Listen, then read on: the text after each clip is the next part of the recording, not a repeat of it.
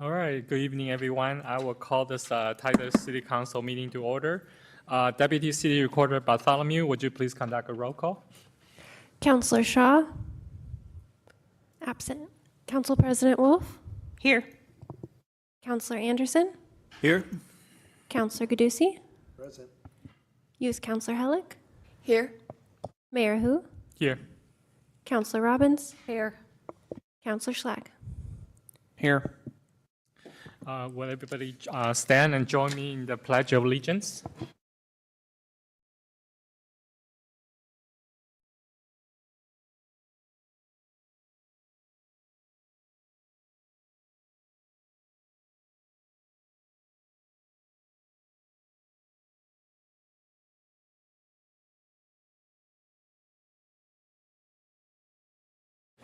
City Council and staff, do you have any non-agenda item?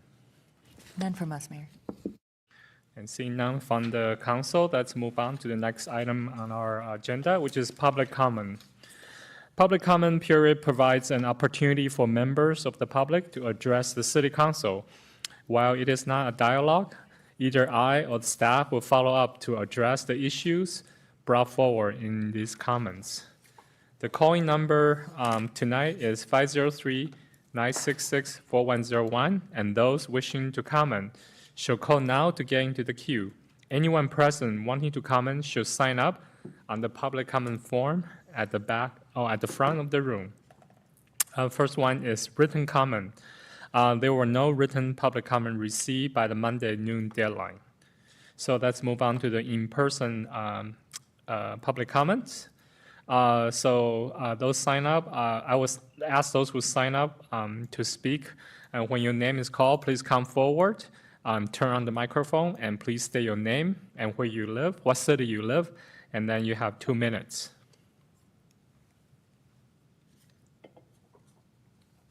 So tonight we have one person who signed up, is Caleb Johnson. Please come forward. Good evening.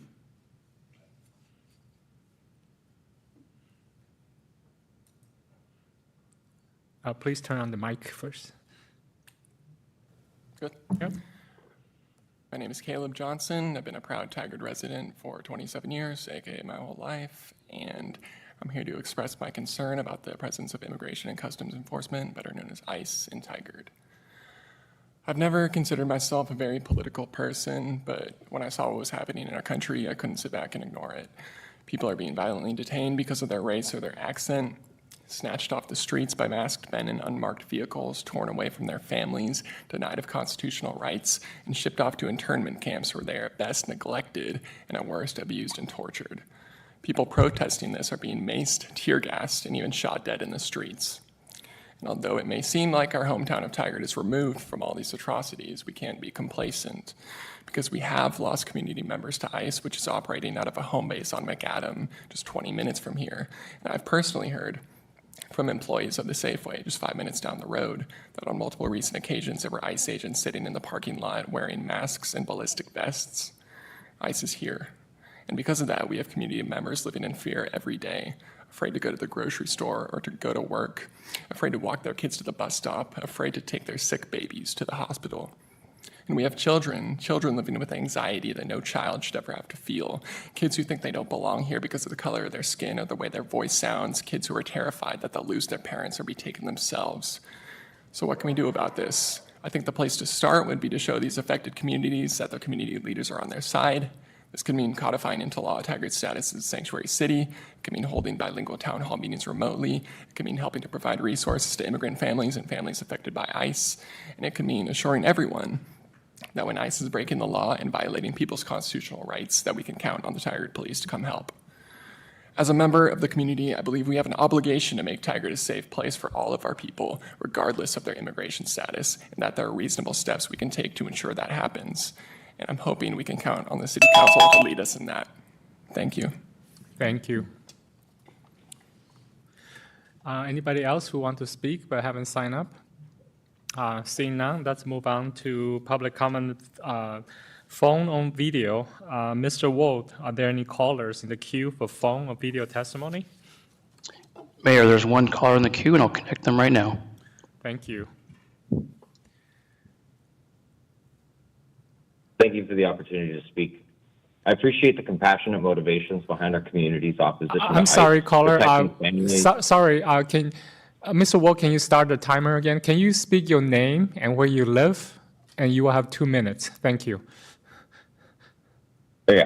My name's Kyle. I live on Maplewood Drive. But thank you for the opportunity to speak.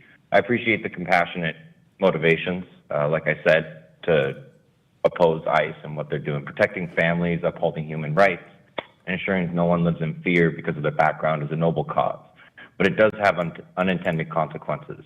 By not cooperating with federal agents to remove convicted criminals from our jails, we're forcing ICE into riskier field apprehensions that endanger agents, immigrants, observers, and bystanders alike, and creating situations where undocumented immigrants with no convictions are placed in the crossfire as well. Among ICE arrests over the last year, only a small percentage involve crimes like murder, kidnapping, robbery, assault, and sexual assault. Less than 10%. We can all agree that these kind of people aren't welcome here. Cooperating safely would remove these dangerous individuals from our jails, achieving the goal of enhancing public safety while getting ICE off our streets and saving the taxpayers lots of money on the federal, state, and local levels. These costs come on top of recent tax hikes. The Washington County Library levy increased 60%, and ironically enough, the public safety levy rose about 40%. Add to that the proposed $150 million police and public works facility project that's heading to the ballot box in May. And now we're faced with federal funding being withheld from sanctuary jurisdictions such as ours as of February 1st, impacting grants for transportation, housing, and more. This leaves our leaders with a tough choice. What is your plan for this funding shortfall? Will you encourage local law enforcement to partner with federal authorities on criminal removals? Will you propose more taxes? Will you make cuts and delays to current projects? I'd love to hear your thoughts. Thank you. Thank you, Kyle. Mr. Wood, are there any other callers? No other callers, Mayor. Thank you. Let's move on to our city manager report. Acting City Manager Trish will give a brief report. Good evening. Good evening, Mayor, Council, teammates, and members of our community. I do have a slide, if you don't mind, Mr. Wold.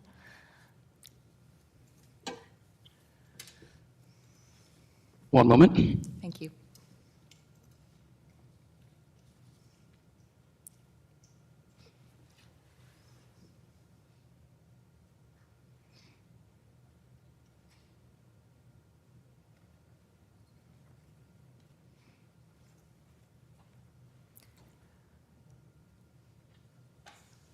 Thank you very much. I wanted to provide an update to community that as of now, or as of last Sunday rather, the Tigard Public Library is temporarily closed for our HVAC construction project. This is how we care for our facilities at the end of the life of a component of our library. We're replacing it as we did with the library roof. We're grateful to our library teammates for preparing express library services right here at Tigard City Hall. These services begin this Friday, February 6th, and will be offered every Friday, Saturday, and Sunday, 10 a.m. to 6 p.m.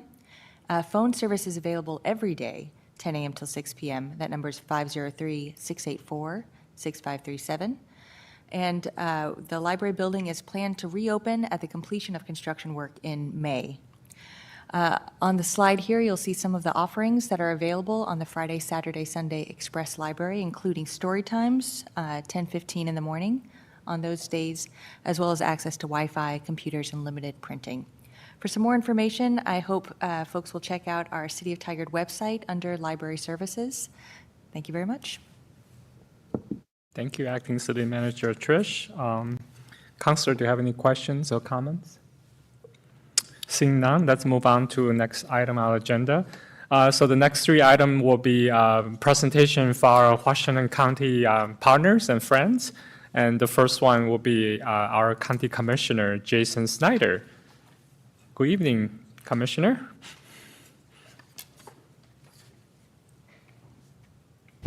Well, thank you, Mayor and Council. Good to be back. And I think as I've stated before, I really want to use this time as a dialogue and discussion around issues that are occurring. I can certainly come give you presentations in the future if you want them, but I think I've found so far with all of my fellow city council colleagues in other cities and in my first visit here that really having a discussion and dialogue about what's going on, what things you may need help with is the most valuable, or things that you want me to know. So that's my intent tonight.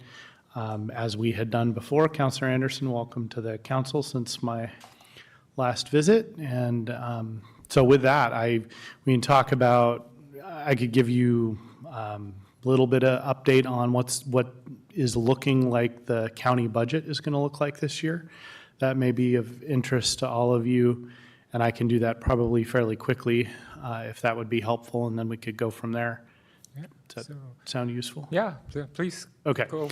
So just at a high level, with a number of factors that are at play, we are looking at a $5 million general fund shortfall this year.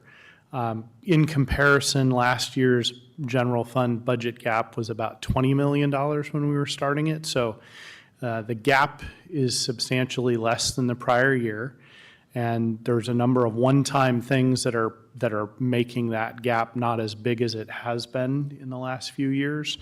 So we are looking right now, our leadership team's working on how to close that gap, and we'll be working through that in the budget process. But at least as far as the financial delta, it's about $5 million for the general fund. So let's stay with the county budget. So Councilor, do you have any questions or comments? Go ahead, Council President Wolf. Thank you, Commissioner Snyder. I was just curious, and maybe this is more that you can communicate as the process gets a bit more finalized. But I thought I heard you say great news, first of all, that it's 25. So for all the Certainly hard better work. than last year's news. I know, it's all relative to say great news, but I think it's the world we're all sitting in. What I'm curious about is I thought I heard you say that there's some assistance with one-time funds that kind of got the gap down to 5 million. Did I understand that correctly? No, well, there are things that have happened that are more like, I would say, one-time events. Okay. So, for example, something that is impacting a number of jurisdictions in a very positive way with the roll-off of some of the SIP agreements with Intel and other organizations over the last couple of years, that has prompted benefits to most jurisdictions because they were not receiving significant amounts of property tax. But for the county was receiving more than it gets through property taxes for that. So this year, the assessed value, and this is the main thing that's driving this, the assessed value in the county is typically up about 4.25%, but because of those adjustments this year, the countywide assessed value is up more like 11 or 12%. But that's not going to sustain, and that's really an artificial. I mean, it is factually true, but it is completely artificially inflated by, in part, the roll-off of the SIP agreements, and then also a couple of data centers that were built at a particular point in time that is not going to continue in the same way. So those are not, like, we don't view the trajectory as being changed. There's a one-year sort of gift, if you want to call it that, but it's not. That's not going to be a sustainable change in the county's revenue or assessed value. So my understanding is that to address the $5 million shortfall, there will be a combination of cutback as well as new revenue sources. So can you just, as a top level, Yeah, explain for this year, it's really going to look like, $5 million of budget cuts. What we're trying to do to prepare for the following future years is really trying to shore up our revenue in a variety of areas to try to start to bend the gap, I would say, between our revenues and our expenses and how much our expenses are going up. This is a story that you all live too. I mean, I lived it as a city councilor and as a budget committee member in Tigard and mayor. So I know you all know this story and you've all lived it. But that's where we're at. So there are things that are being considered and significant analysis being put into other revenue options for the county that would then help offset, the gaps in the future. So while we have a $5 million gap this year, next year it'd likely be more because we're not going to have 11% AV growth again. We know that. So if let's call it, this is me just sort of guessing, $10 million gap next year, if we can figure out, and our goal is to figure out some of the revenue options for years starting, not this year's budget year, but the following year's budget year. So examples of that include, and you're going to start seeing discussion about it, about an increase in the vehicle registration fee that the county charges now. That's charged through your vehicle registration. That's got a long lead time. If we were to make that decision soon, it'd be being implemented, a year from now. Okay. So my understanding is that if the commission decide to go forward, that will come forward before adoption next January, and it won't go in effect until next June. Is that June 2027? Is that what you were? I would have to get back to you on the Okay. exact timing. Okay. It would be somewhere in that timeframe. Okay. All right. The ODOT, like the DMV does not give a lot of options. They tell you they have very strict what you can and can't do and what timing. So Right. I am not the expert at that. I do know enough to know that they're very rigid and that it would be impactful for the following budget year. And so can you give us a little update on the levy that the county voter just approved Sure. on the library and the public safety? Yes. How would that factor into the long-term budget forecast? Would that be enough, or is just we're still going to have shortfall eventually? Well, the work that we did in public safety and library ensure that, at least for the next 5 years, that we can maintain those services. And the planning that was done there was to make sure that as the general fund, the amount of the general fund being spent in those spaces, we couldn't keep up with the increases. So the levies have been or will be very helpful for maintaining services. Without that, you would have been seeing significant cuts, mostly because the general fund level of support, we just can't sustain that. Okay. Counselor, any questions about county budget for revenue? All right, so any other topic you'd be interested? Council President Wolf, you? Sure. I think the mayor started, Commissioner Snyder, with you launching conversations with our friends, and I appreciate that. And so I do think our relationships are really important. And the thing that I want to touch on, and I know this evening we're going to talk about housing and homelessness, but I just feel like I would be remiss if I didn't do additional advocacy of just the challenges of a community that really has stepped up in the world of providing shelter services and houselessness assistance. So I reached out to Acting City Manager Trich, and who also reached out to Chief McDonald. So just to share some January data points. In January alone, our 2 community-oriented police officers took in 127 houseless-related calls for service, contacted 169 camps, contacted 159 houseless individuals, issued 1 exclusion, and made 1 arrest while doing their surrounding work around houselessness. So they are working around the clock. And then just today, and Tigard PD did a news release, a press release on this an unfortunate event that happened where a houseless community member was stabbed by another. This happened in a camp, Southwest Cascade, not at Public Works. And again, this was in a press release today. And I just, again, I am so proud of our officers working in this space with dignity, trying to help those that are in need. But the level of work, I think, extends well beyond Tigard community members. And so I just felt it really important to share that. And I know as you kicked off with a budget cut, I know there's no magic bucket of dollars that assists for operating services, but it's a problem. And so I just wanted to take this opportunity to just share that once again with you and would appreciate any feedback or thoughts. So thank you.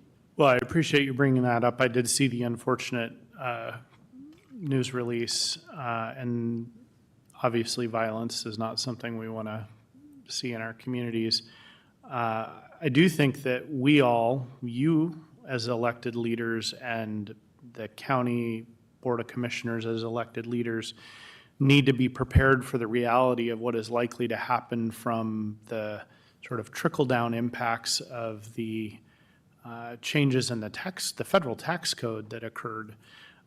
If you're not getting briefed or tracking that, the Oregon state tax collections are pretty directly tied to the federal filings, federal tax filings currently. I know there's discussion about changing that, but as of now, that is the reality. And the reason that matters directly to the topic you're bringing up is the Metro SHS funds are the same way. So the way they're calculated and what is owed on what amounts of money will be impacted unless changes are made with the way the state calculates its taxes and decouples from the federal tax system. So I just share that because I think, for context, when we're talking about more needs, I think the reality we all have to face is that there's potentially going to be significantly less revenue to even do what we've all already been doing, and that's going to put us in a difficult position. I want to continue to partner as best I can and have our county team helping as much as they can solve the issues. And if you think there's more that we can do, or the Tigard team thinks there's more the county can do, I certainly want to hear about it. To be continued then, so thank Yeah, you. I believe that will be to be continued until we're both out of office. Sadly, I agree. And I don't have an answer right now, but I'll certainly ponder it. So thank you. We'll keep at it. Yeah, definitely. I think we are really appreciative of county support, definitely. I think I keep hearing this idea of, if everybody in the region does a little bit something, then one of us wouldn't have to do so much. So that's what I'm hearing. So it's not that we don't appreciate county's support. It's just, I wish we have more around us. Yeah, So, and I think that what Tigard's experienced as well, and I'm going to kind of put my former mayor hat on too, and community member in Tigard, is that there have been resources brought to Tigard to help, and when you bring significant resources somewhere, people that need those resources come. Yep. And that's I think a dynamic that's not fully appreciated, or it may be understood intellectually, but it is when it's happening and you're watching it, and then sometimes the resources don't match the demand. Right. It's challenging. Yeah. And yeah, we are proud of what we can do, but again, yeah, what you said. I mean, there is more need than there Yeah. are resources. Yeah, exactly. That's a reality that we are all facing in that space. Yeah. Any other comments, or we have about 30 seconds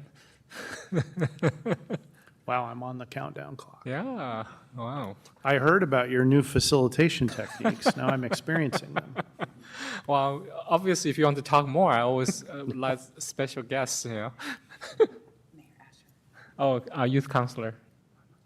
So one thing that didn't get mentioned that I think by public comment and is pretty obvious should get mentioned, I would love to hear what the county is doing in regards to ICE involvement within the area and how we're trying to prioritize that as an issue for our residents. Yeah, thank you for that question. And just very quickly, over the late October, early November timeframe and into mid-November, we actually, as a county commission, declared a state of emergency related to both food insecurity and also to what was occurring with the immigrant and refugee community, and took action by really taking money out of our reserves to address that both of those emergencies, which I classify as essentially, attacks on the most vulnerable members of our communities, which I found very troubling. And that's the direct action that we've taken. We actually just got reports in the last week about what the impacts of those, we spent $450,000 of reserve funds that our county administrator keeps reminding us we're going to have to replace this year. But we felt really obligated to do what we could to try to help mitigate as much as we could there. That's the action we've taken so far, along with having dialogue around how and taking action to make sure people know how to identify local law enforcement. That's something that frankly the police chiefs and the sheriff all took the lead on, and I think was well received and asked for by our community, because they want to still they still want to be able to use and solve local problems with local resources, but when you're afraid, that's harder to do. So, we had multiple actions like that, including engaging with a number of the community-based organizations that were asking for not just financial help to mitigate, but also, having legal resources and really answers from our district attorney about the role of federal law enforcement and how it interacts from a legal perspective with local law enforcement. Thank you. Hope that's helpful. Yeah, thank you. Any other last comment or question for our commissioners? Well, this has been very helpful, Commissioner Snyder. Thank you so much for coming to our city hall again. And next up will be one of your housing department people. So feel free to stick around if you have time. And We'll see. I've got a basketball game to get to, but okay, I will stick around probably a little bit. Is this format still working? I guess I just want to check in. Do you want me to come with slides and give you big presentations, or do you? I prefer the dialogue, Yeah, but for the future, let me know. this is great. So thank you so much. All right, so next item on our agenda is Washington County Housing Department Annual Report. And presenting the item will be our houseless liaison Cohen. From Washington County will be Director of Housing Services Rogers and Associate Director of Housing Authority Chan. Good evening. Good evening, Mayor and City Council. I am just here to introduce my colleagues at Washington County. We have Molly Rogers and Jill Chen, who lead the Housing Department at Washington County. They are here to present the annual report for fiscal year 24-25. I'll pass out physical reports to you as well.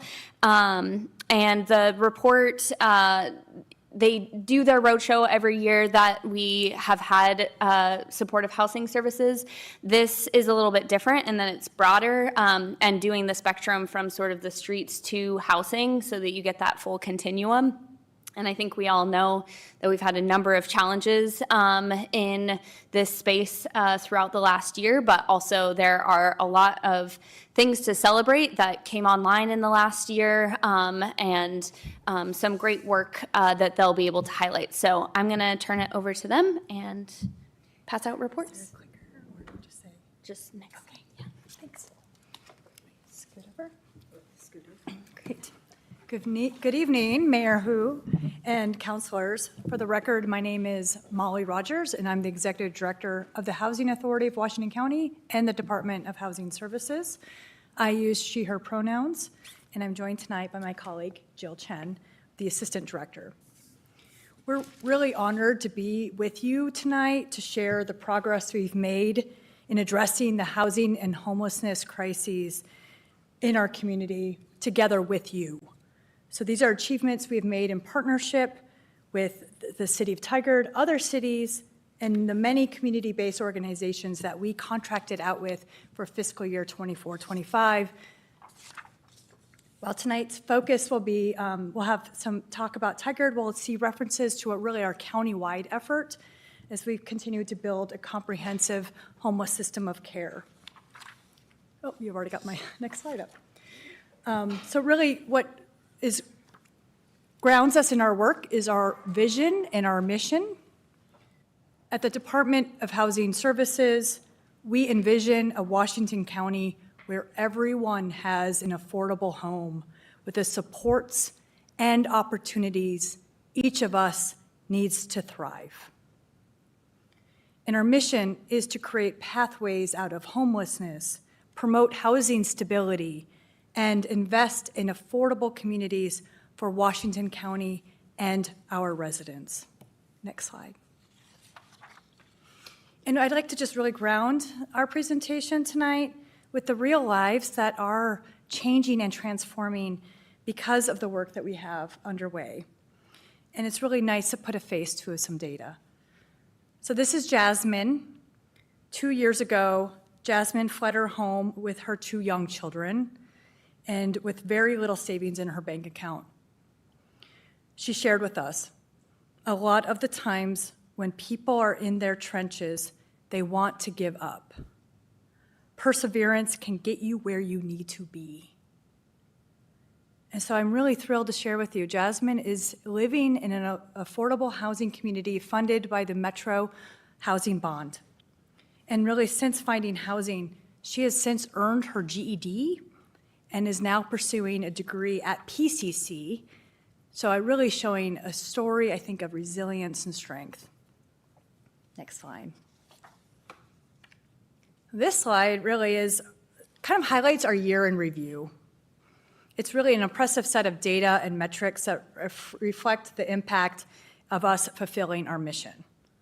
And each number here represents, of course, countless stories of hope for thousands of individuals, including children, seniors, veterans, people with disabilities, and those various folks have received shelter, housing, rental assistance, and supportive services. So in total, we served more than 20,000 persons across all of our programs. And just to put that in context, that is roughly this population of Sherwood. We also advanced 26 capital projects that are transforming our community's infrastructure, each in very different stages of financing and development. I did bring with me, for your all reference, is our capital projects report. Oh, I think I might have given it to Megan, who should be able to share with you if you'd like to review. There it is. Heather's got it. Go for Heather can share it. Feel free to share it around if you would like. But it's really showing, and we've got a slide later of the map of where we're putting all the various infrastructure and investments really geographically dispersed across the county. The remaining metric that I want to just focus a little bit, each of these are unduplicated numbers of the larger subset of the larger number of 20,700. And while I won't go through each of them, I just want to make a note that the majority were served through long-term rental assistance in permanent housing. So we're really trying to promote that housing stability and permanent solutions. Next slide. So our first component of our mission is creating pathways out of homelessness. Really, I want to just applaud and share that how much we've really appreciated our partnership with the city of Tigard, and really want to express my deep appreciation for all of you, and in particular, your homeless liaison, Megan Cohen. Megan is truly your boots on the ground, working closely with local partners to coordinate homeless response efforts in Tigard, Tualatin, and Sherwood. Thank you for lending Megan to us. Next slide. In Washington County, we divide our area into 9 geographically assigned outreach teams that proactively engage people experiencing homelessness. Just Compassion is Tigard's outreach provider.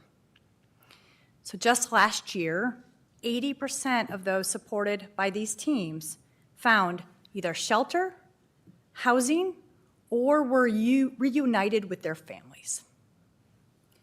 Just Compassion also led the way by opening your first access center, the Just Compassion Resource Center, which is just the picture here you can see. This center offers showers, meals, services, navigation assistance, and overflow space during severe weather. Thank you to the City of Tigard for investing $200,000 in right-of-way improvements for this location.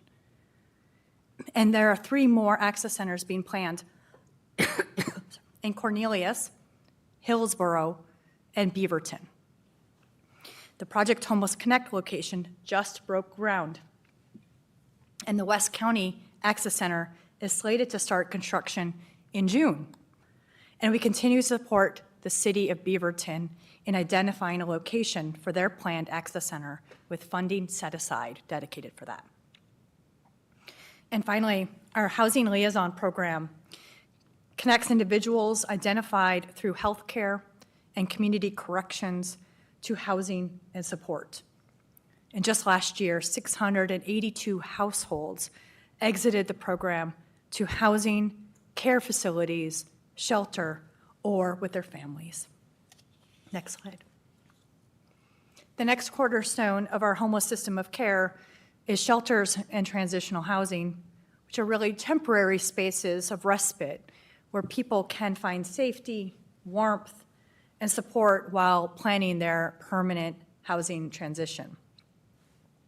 Last year, we funded and maintained more than 400 shelter beds throughout Washington County, including the Just Compassion Resource Center and the Family Promise of Tualatin Valley's Bridge to Home shelter, which you can see in the picture above. And beyond Tigard, we opened purpose-built shelters in Beaverton and most recently in Hillsborough, really the first in those communities to provide year-round shelter. And through this combined shelter system, over 700 individuals transitioned from shelter to permanent housing. It's huge progress in just 1 year. We also funded 2 transitional housing projects, one with a focus on mental health stabilization and the other on recovery stabilization. The site focused on mental health stabilization will be owned and operated by Transcending Hope in Hillsborough.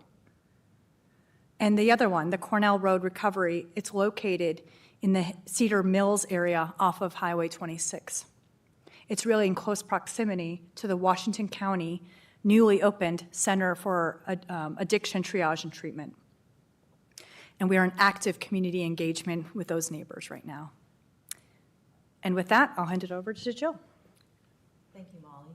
And for the record, I'm Jill Chen, Assistant Director of the Department of Housing Services. I have to. And I just want to do a time check. You have about 5 minutes left in your Oh. presentation. Oh, then we Go will go really very fast. fast.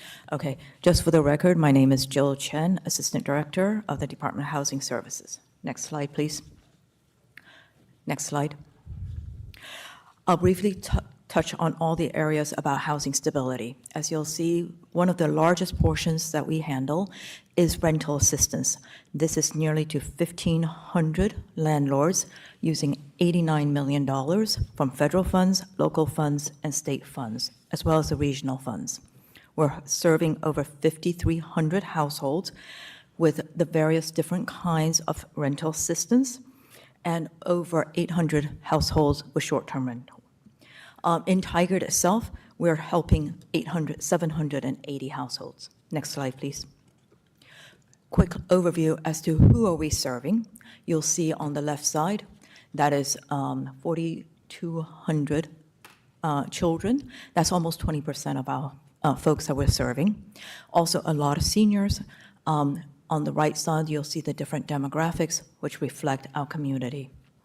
Over 97% are stably housed. Next slide, please. I'm going to talk real fast. Next slide, please. Okay, as Molly mentioned, this is the map of our, you can call it our whole homeless spectrum, from homelessness to housing spectrum. Everything from our pods, our shelters, our transitional housing, our permanent supportive housing, all the way to affordable housing. And there are a number of different, you can call it services that's already offered in Tigard that Molly mentioned. The homeless assets as well as the housing assets. Next slide, please. You'll see that a number of the portion of our housing assets were supported by the Metro Affordable Housing Bonds. This was $192 million that was allocated to the county. We have exceeded every single target that we agreed with Metro. This is for total units, total family size units, as well as very low income units as well, and finally for the permanent supportive housing units. The bond spans over 12 communities throughout Washington County, and in Tigard in specific, there's alongside senior apartments, Terrace Glen, and I think you already saw Jasmine earlier, who's living in Terrace Glen. Next slide, please. In addition to new affordable housing, we're also looking to expand and improve, preserve existing affordable housing. You all, as well as former Mayor Snyder, are very familiar with our Woodspring project that recently had a resyndication. It's actually being reconstructed. That is 172 units of affordable housing. In the map, in the pictures here, you'll also see Bonita Villa, as well as Ridge at Bull Mountain. These were also resyndicated using tax credits as well as commercial financing, as well as some monies from the Housing Authority. So we have, we're in the process of renovating, it's actually almost 800 units now because of Woodspring.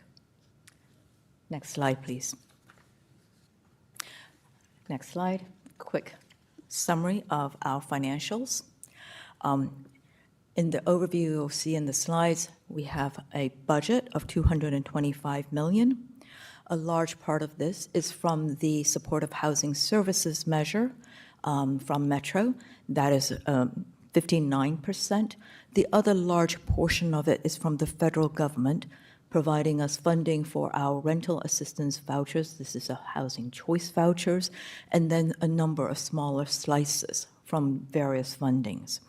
What you do not see on the slide is all the funds that we are able to capitalize and leverage that puts forward our affordable housing developments as well as the preservation. Next slide, please. All right, just to move us quickly, next slide. We work very collaboratively with, especially in trying to integrate healthcare with housing in the work we're doing. We're guided by 4 advisory bodies, and we do community listening sessions to help guide our policies and our programs. Next slide. But of note, I really wanted to highlight a key collaboration, and that's really with our city partners and our first responders. You have already alluded to the work that you see every day between this collaboration and the need we need to see going forward. We do work closely with your city liaisons to connect up with first responders, law enforcement, libraries, and other city departments to provide education and homeless services and ensure people are connected to the right resources. And then that leads us to our emergency beds, our E-beds. They're reserved for first responders, and that allows immediate placement for individuals experiencing unsheltered homelessness without waiting for a standard shelter bed to open. critical part for our time, place, and manner enforcement. Next slide. Next slide.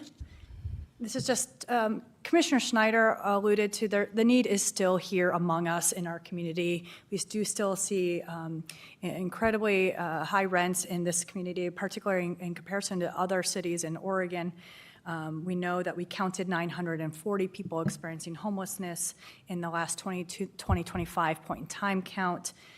We know that this is generally a reflection of an increase in those experiencing sheltered homelessness, and we think of that as actually a good thing. People are getting shelter as they seek assistance and they're experiencing homelessness, and we saw pretty much remained flat and steady in our unsheltered homelessness count, which was a 35% reduction from our 2021. So we're holding ground in our progress for those who are unsheltered. They're getting into shelter is the key point there. Next slide. There's a lot of many things facing us right now. I think Commissioner Snyder alluded to a number of those as well at the state level. Just wanted to elevate that we're facing federal volatility and some reductions in the programs we serve, and really just highlights for us the need for our jurisdictional partners even more than ever. You will help us navigate through these very volatile times. And one thing I want to note is we're going through a process of updating our supportive housing services local implementation plan. It's really what guides the investments into ending and preventing homelessness. We're right at the halfway mark of the 10-year measure, and we're looking forward to updating, recalibrating from coming out of from a scaling up to now a stabilization of our system of care. So we're hoping to update that for our next 5 years of that plan. And we've got 2 affordable housing projects underway and 2 transitional housing projects underway. And next slide. And with that, just wanted to end with a quick story about Pierre. Pierre stayed at the Just Compassion shelter before moving into his own apartment and reuniting with his son, who also is living in Tigard. Pierre participated in our workforce development program in partnership with Work Systems and IRCO, earning his certified nursing assistant credential last year. And as Pierre says, without this help, I would not have been able to get where I am. And with that, we will be happy to take your questions. Thank you so much, and thank you for the presentation, for all the work you're doing every day. It's really important, and big thanks to our Megan Cohen for doing all this amazing job in this difficult time. So, Councillor, do you have any quick question or comment? Councillor Robbins, please. Thank you. Thank you for the presentation and for going over all of the resources you have. You're doing some incredible work. I appreciate that. I have kind of a two-part question or three-part question. For the affordable housing that is out there in Tigard, what is the average rent that we charge people is one part, and the second part is, and perhaps how that compares to market rate, or I can look that up myself. But the second thing is what percentage of vacancies do we have, and how long does a place stay vacant before somebody moves in? I know there's a lot of steps to that. Actually, can you go back to one of those earlier slides? We had the rent, the average rent, I think, on there. The median gross rent. That's right, the one before. Oh, you had it before. There it is. Yeah. Jill, do you want to take this one? Or? Sure. We have a number of different size units. For a 2-bedroom unit, 1,500. And those are usually at what we call a 60% area median income rent, and that is required and regulated. So we regulate all the ones that we have investments in, and the state does as well. But the average 2-bedroom is much higher than that. The average bedroom, I think, in the county is close to 2,000, 2,000 plus, yeah. And compared to that, the 60% area median income for a household of 4 is about $75,000.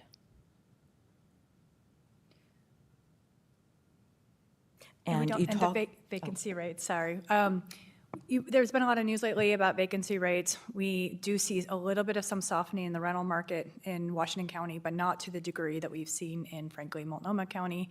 We still have high demand for those who are seeking affordable housing. And as we just alluded, there's a substantial, can be as much, somewhere between $300 to $500 differential between rental, market rent and affordable rent. Yeah. In our current housing authority portfolio, our vacancy is around 5%, maybe even less. That's excellent. Thank you. I appreciate it. All right, Councilor Guzzi.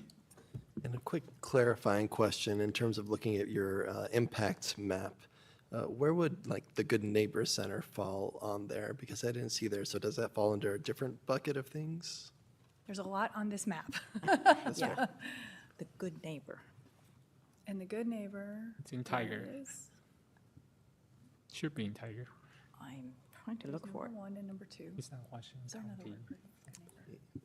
But they report to Washington Number County. 2 So they end up is getting a lot of their just people from compassion. Washington County's central.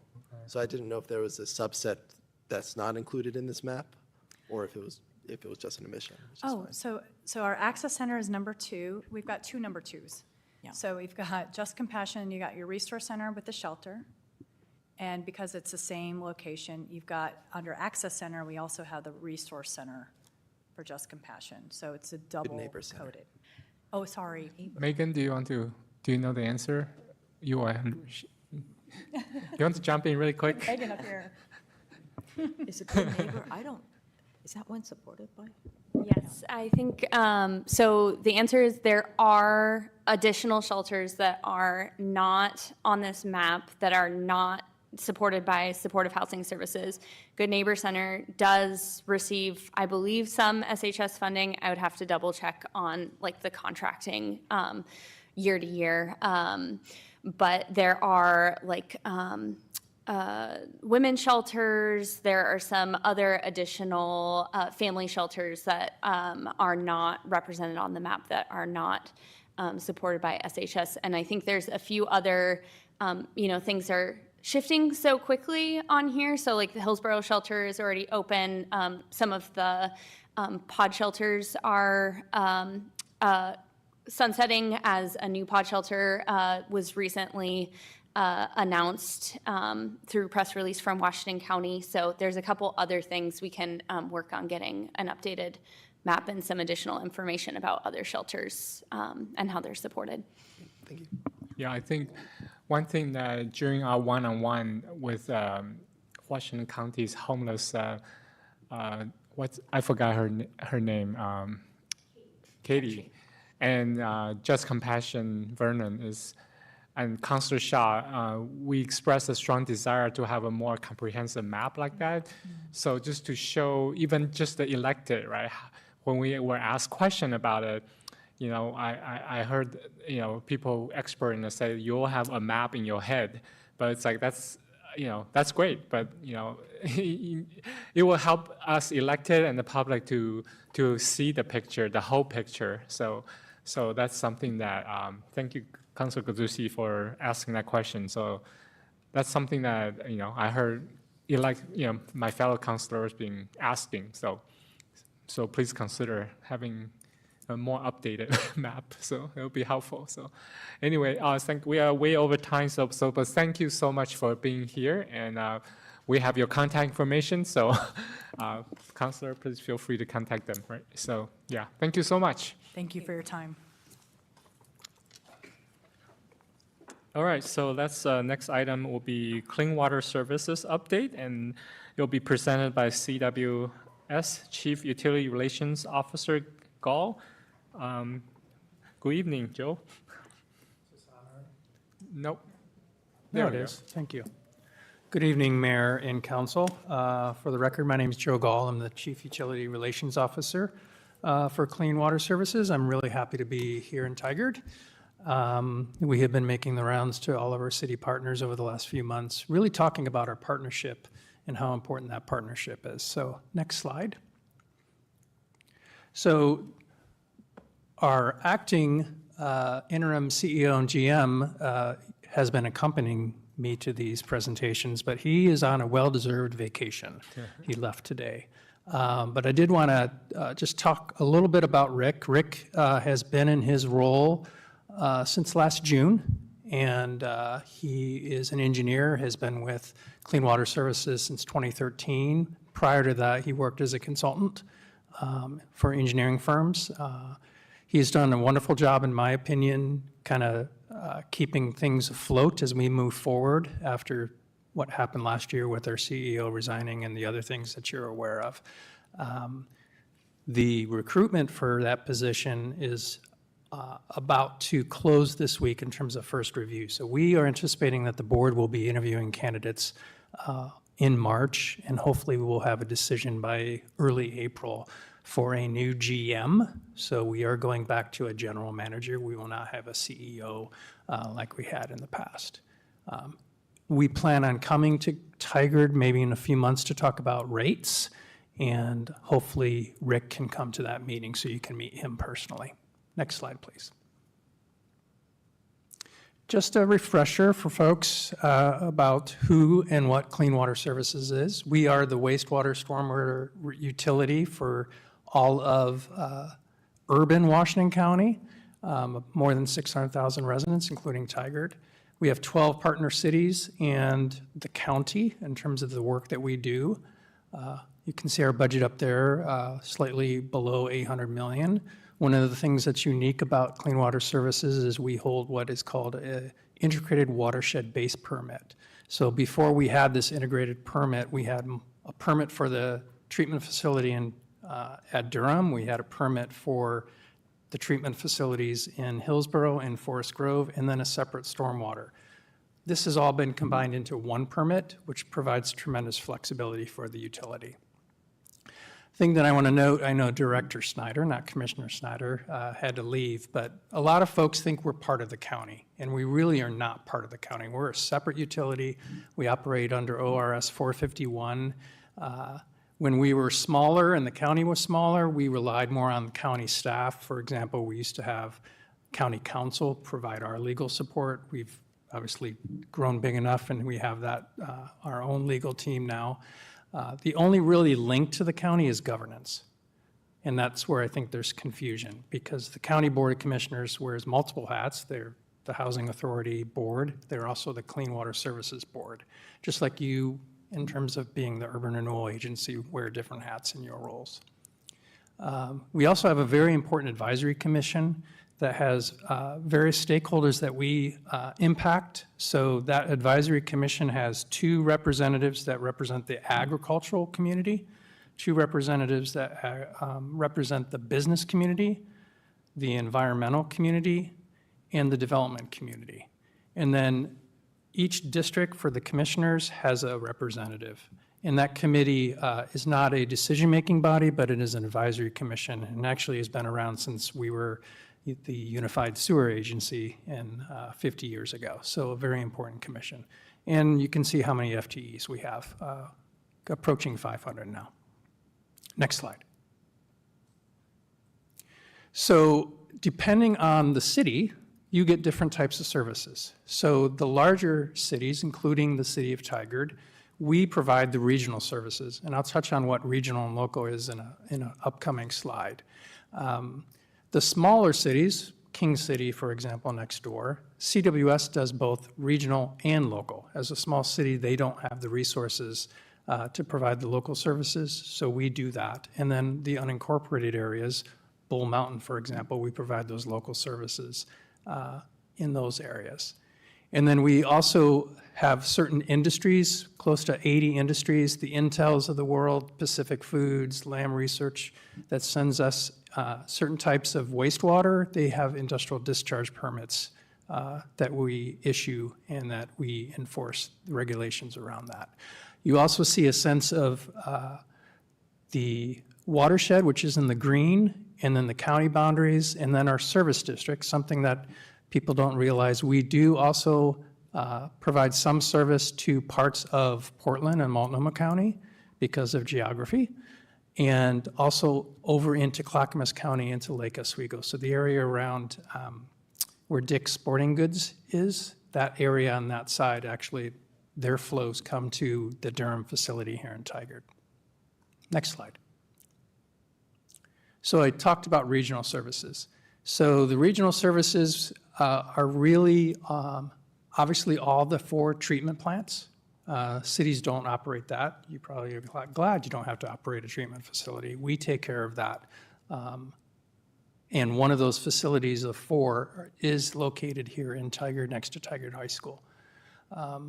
We also do all the pump stations. So cities do not provide pump stations. We build pump stations and provide those pump station services. The big pipes is how I describe it. So pipes that are 24 inches and larger, those are the backbone of the regional system. We're the responsible agency to take care of that. We have a NPDES permit, National Pollutant Discharge Elimination System permit, and then our MS4 permit, which is our stormwater permit. We do all the oversight, we do all the reporting to DEQ on that. A lot of that information comes from cities. I did give a brochure that has a lot of data in it, and you'll notice all the work that the city of Tigard does in the local services, that all gets reported to DEQ as part of our permit. Next slide. The local services, this is where the City of Tigard team contributes to this partnership. It's all the smaller pipes, pipes that are 21 inches or smaller. Your teams are cleaning, inspecting those pipes throughout the City of Tigard. And then you're maintaining all the local stormwater facilities, sweeping streets, maintaining catch basins and other types of things. So it truly is a partnership. We could not do this work without the City of Tigard. Next slide. I mentioned this 5-year watershed permit. So some of you may know I was the city manager of Sherwood before joining Clean Water Services. And I really thought I understood CWS until I kind of got into the organization about 5 years ago. And I did not realize how important this permit is. And for some of you who have maybe taken CWS Essentials, we really, every time I have a chance to kind of stress how important the permit is, it's kind of the backbone of the work that we do. Everything we do is really tied back to that permit. And it's a 5-year federal permit that covers all the areas that are listed there on the screen. Next slide. This gives you a snapshot of where we are. We're getting close to the end of our 5-year process. We have an application for our next 5-year permit due next June, right around the corner. So we've already kicked off the process to try to identify what needs to go into that permit. We don't do that in a vacuum. We do that in partnership with the cities. So when we do our whole permit renewal, there's a lot of communication and information sharing with our cities. So your voices goes into that process.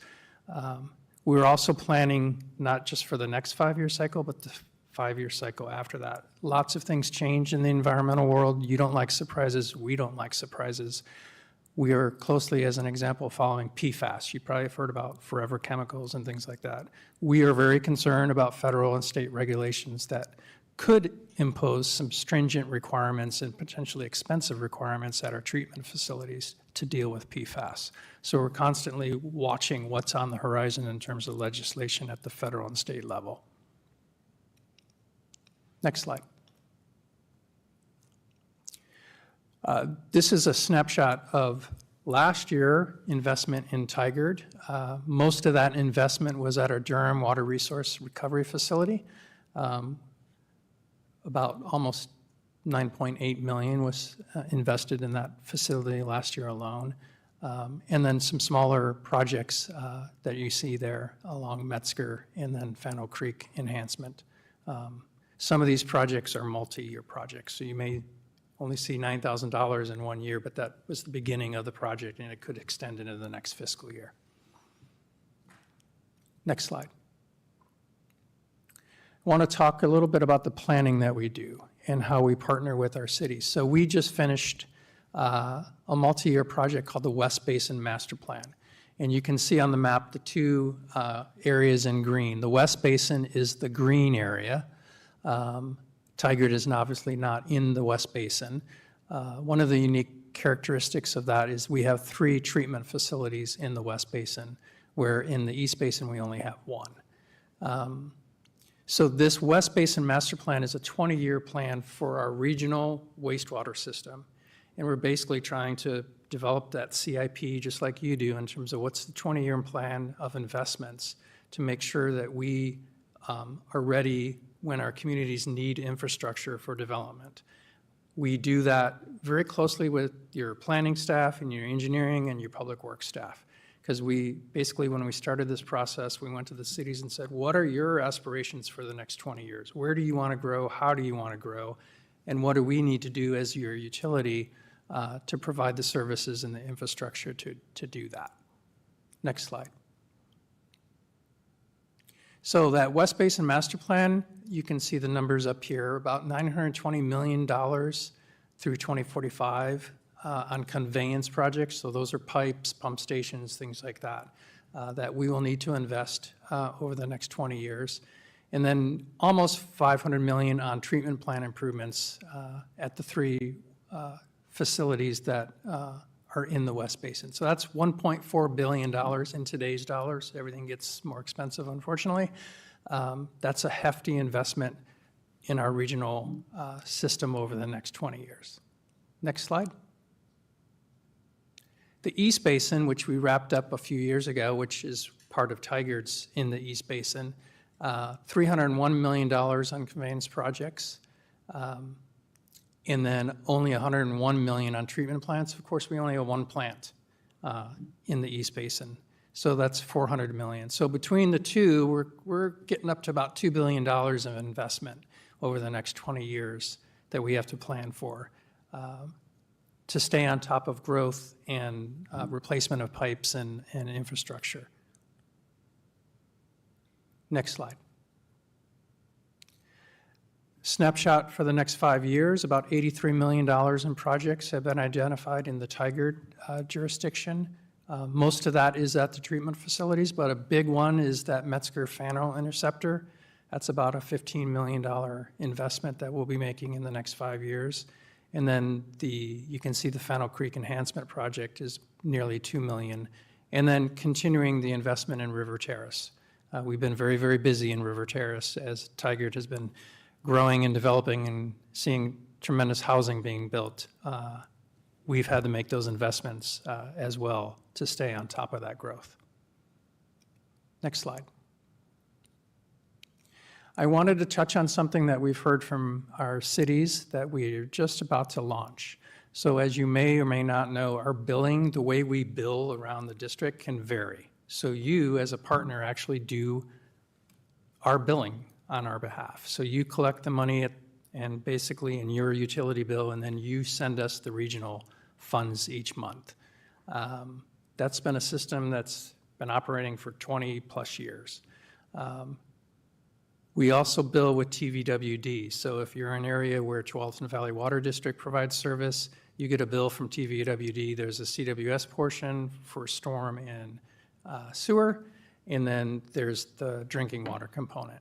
And then there are parts of the county where we provide a CWS-only bill. It's a very fragmented system.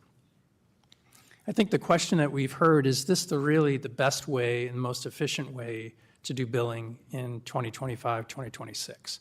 So we have not looked at this issue since 2008.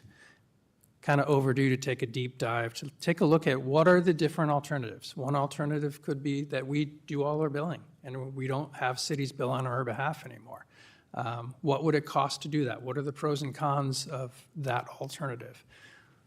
Are there ways, if we stick with the current arrangement, to improve that system? I certainly hear from city managers and elected officials thoughts about our billing, and we're just going to hire a consultant to take a really close look at billing. We should have the feasibility study done at the end of this calendar year, and then some decisions moving forward early in 2027. So I wanted you to be aware that that study is about to launch, and we'll keep you up to date as we move forward. And once we're done with that, happy to come back and present the results to the council, because it's a big decision, especially if we do something different than what we've done for decades. Next slide. Two other things that certainly we'll be working with and already working with Tigard staff on. So we have 2 deadlines as part of our permit, November 1st, 2026. The first one is limited in scope. DEQ is requiring us to update certain stormwater sections of our design and construction standards. Again, we are doing that in consultation with our cities. Very narrow scope. We don't want to open everything up. The development community would like to open everything up. The environmental community would like to open everything up. And we've already said we'll never reach the permit deadline if we do that. But we are taking information about what they think needs to be addressed in terms of those design and construction standards. The other one that is very timely that we just started talking with Tigard is we have an operating IGA that is woefully out of date. It was done about 2005.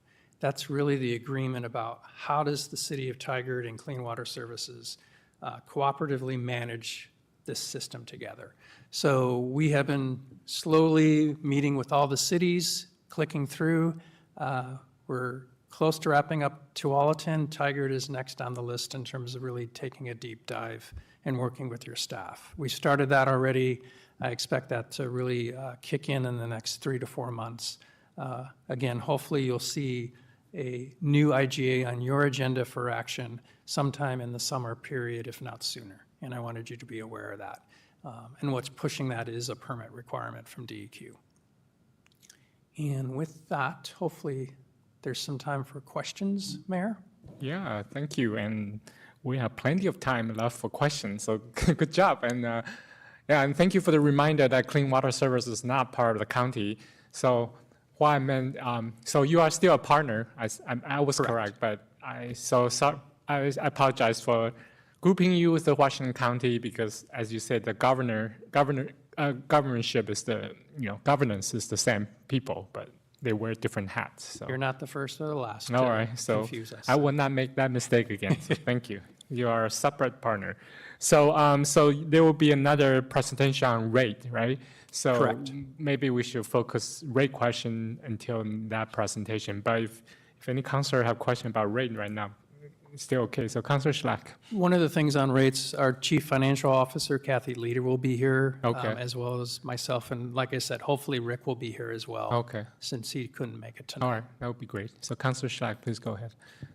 Not a question on rates, if that's No, okay. it's fine. You can ask whatever you want. I just wanted to, first of all, say thank you for the offer to come and talk to us about the billing changes that could be coming up, because I know that's how most people in our community interact with their local government, is paying their utility bills. So it'd be great to be kept in the loop on how that could be impacting our residents in Tigard.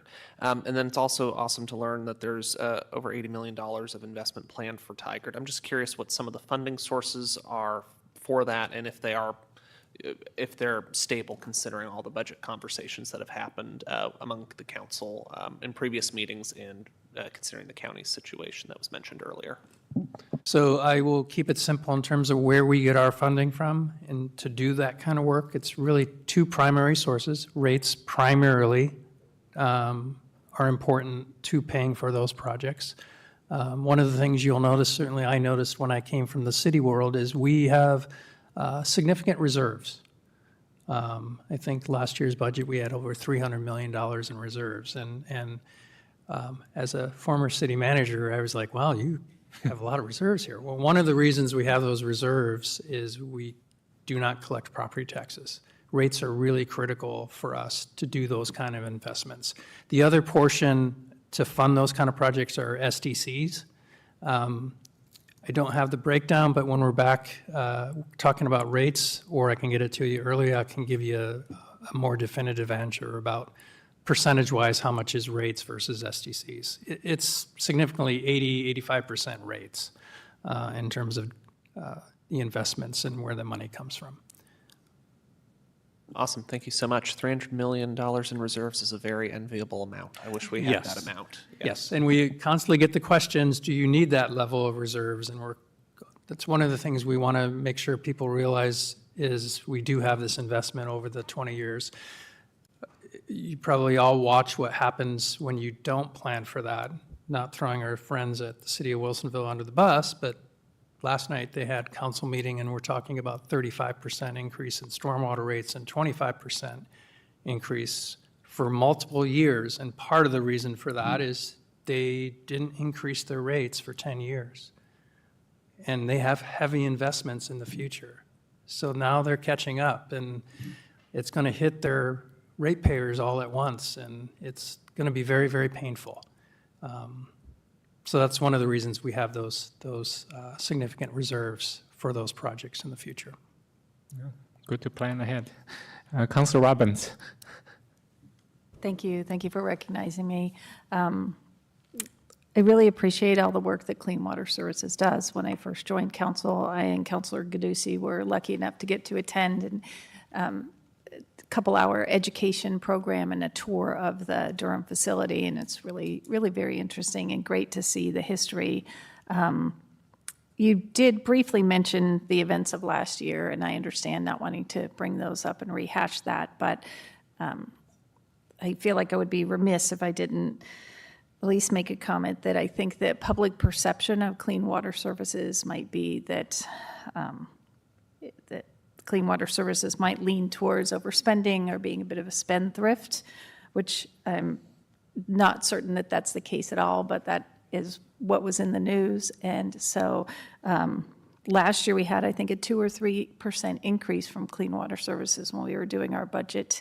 And we are facing a budget shortfall this year that we're going to have to figure out. So I just want to strongly encourage Clean Water Services to really look at all the projects that are going on and the rate increases and whatever we can do to hopefully not have a rate increase this year, to make sure that everything that is being planned is not spendthrift. Because where residents are getting hit from all different ways with all different increases, so that's my comment.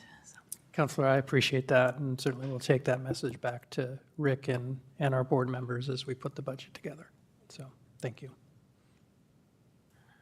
I have a couple questions. So I appreciate you mentioning that for NPDES permit, you do not like surprises, and you are monitoring legislation. So, are there any upcoming pending legislation that worries you, or might come maybe a surprise to be an obstacle to your renewing process, or you don't see that so far? So far at the state level, no. Okay. It's a very short session. We also have, Tracy Rainey is our lobbyist, governmental affairs person, and she has been down in Salem monitoring things. We don't anticipate anything on the PFAS or any surprises like that. We also have a lobbyist in Washington, D.C. Watching that. And then we're members of national organizations that are also monitoring that. So we've got a variety of ways to monitor what kind of potential legislation. It's hard to predict what's coming out of I understand, DC. but I just want to know if there's anything already on your radar. So No. So I appreciate a no surprise mentality, because we're going to discuss council ground rule, and that's one rule in there already. Yes. No surprises. So that's great. And I just want to follow on Councilor Robbins.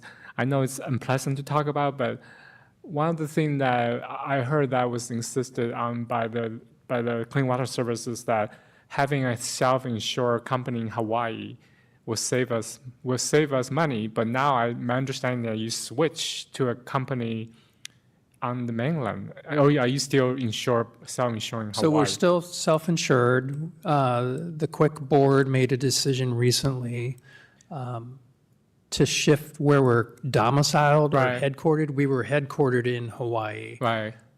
We did a third-party analysis, and it was determined that Arizona was a better location for us for multiple factors. So we're in the process of shifting our location of where that company is based to Arizona now. Right. Okay, good. Well, again, like Councilor Robin, I don't necessarily agree with the public perception, but at least, I don't know, maybe shifting it from Hawaii to Arizona makes it a little bit better from an optic point of view. So finally, I don't know if you know this off the top of your head. You talk about different city have different concern about the building structure. So maybe that's a question for our city member, city partner, team member. Do you know if Tiger has any concern about the current structure? I don't want to put you on the spot. No? Okay. All right. So, okay. I think as we look at alternatives, we Right. have to talk to our city partners Right. to find out, again, the alternative of us taking on all our billing. Right. What are the pros from your perspective? What are okay. the cons? One of the things about if we take on all the billing, the 7 large cities, I haven't figured out, that's what the study will do. They probably have 3, 4, 5 different billing systems. Right. So getting the information from all of their different billing systems into our system. Got it. And we would probably Okay. need to invest in a new billing system because ours is not sized to take on 600,000 Exactly. customers. That's a factor that we'd have to look at in terms of the costs. Yeah. And the timing of that, because Yeah. computer transitions from one piece of software to another, I've never, in my 40 years of working in local government, they never go as planned, and they're never as smooth as you think. There's always challenges. Yeah, we did a water billing system shift recently, and yeah, it could be challenging. So yeah, but our acting city manager said no problem. Yes, thank you very much. So our finance team plans to join when you come back with your CFO in April, not with concern about the structure, but we're always happy to communicate about changes to rates or anything going on with CWS as part of our bills. And we're also happy to extend any concerns we receive from customers over to you all. So I appreciate that we have a good relationship and communication. We'll continue the conversation on rates and cooperating together. Correct. Wonderful. Any last questions or comments? Seeing none, thank you so much, Joe. Thank you for allowing me to spend some time with you tonight. Yeah, thank you. Always good to see everybody. Yeah. Thank you. Thank you. All right, so let's move on to the next item on our agenda, which is ground rule discussion and consideration of a resolution. Our city attorney, Rihala, would you mind start the conversation? Absolutely. Good evening, council. So the ground rules by charter are adopted every 2 years, and so this is not a year to adopt them in whole, but there was a request for some tweaks around the edges, so that is the discussion before you tonight.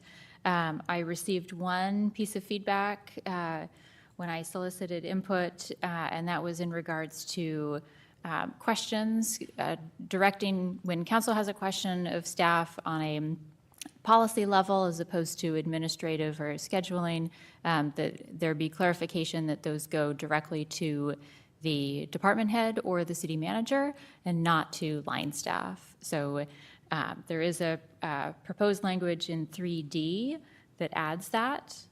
So that was really the only topic of discussion. If you have others, happy to hear that. Otherwise, Mayor, I'll turn it over to you. Thank you, City Attorney Rihala. And also just provide additional context, just, as the council made a commitment to do better, right? We were going to do a respectful workplace training, but unfortunately the trainer was unexpectedly unavailable. I guess that's but it's just in addition. This is just additional piece to how I think the council could do better. Just clarification, communication is important, right? Everybody knows where our lanes are and what we are expected to do. So I'm opening up for discussion for this particular addition or any other thing you would like to add. Seeing none, I will entertain a motion to. I move to approve resolution number 26-05, a resolution amending the city council ground rules for 25-26. I second the motion. All right, it's moved by Council President Wolf and second by Councilor Anderson. Is there any further discussion? Guducci. Oh, I'm sorry. We're twinsies. Sorry. It's second by Councilor Guducci. I'm sorry. Is there any discussion? Councilor Robbins. Thank you. I don't have any problem with adding this, but I thought this was what we were following all along. So have we had any issues with this being followed, or is it just being put in so that it's clear going forward? It's clear, and maybe, you know, unintentionally, there were some issues, but I would prefer to discuss that offline, if you don't mind. I don't want to point anything, you know, out from dais. But if you have any specific issue with the language, I will be happy to discuss. But if none, will youth counselor give an advisory vote? Aye. Thank you. So those in favor say aye. Aye. Oppose? Hearing none, resolution number 26-05 is adopted by unanimous vote of the council present. All right, so we have no non-agenda items, so there being no additional items, this meeting is adjourned. Good night, Tiger.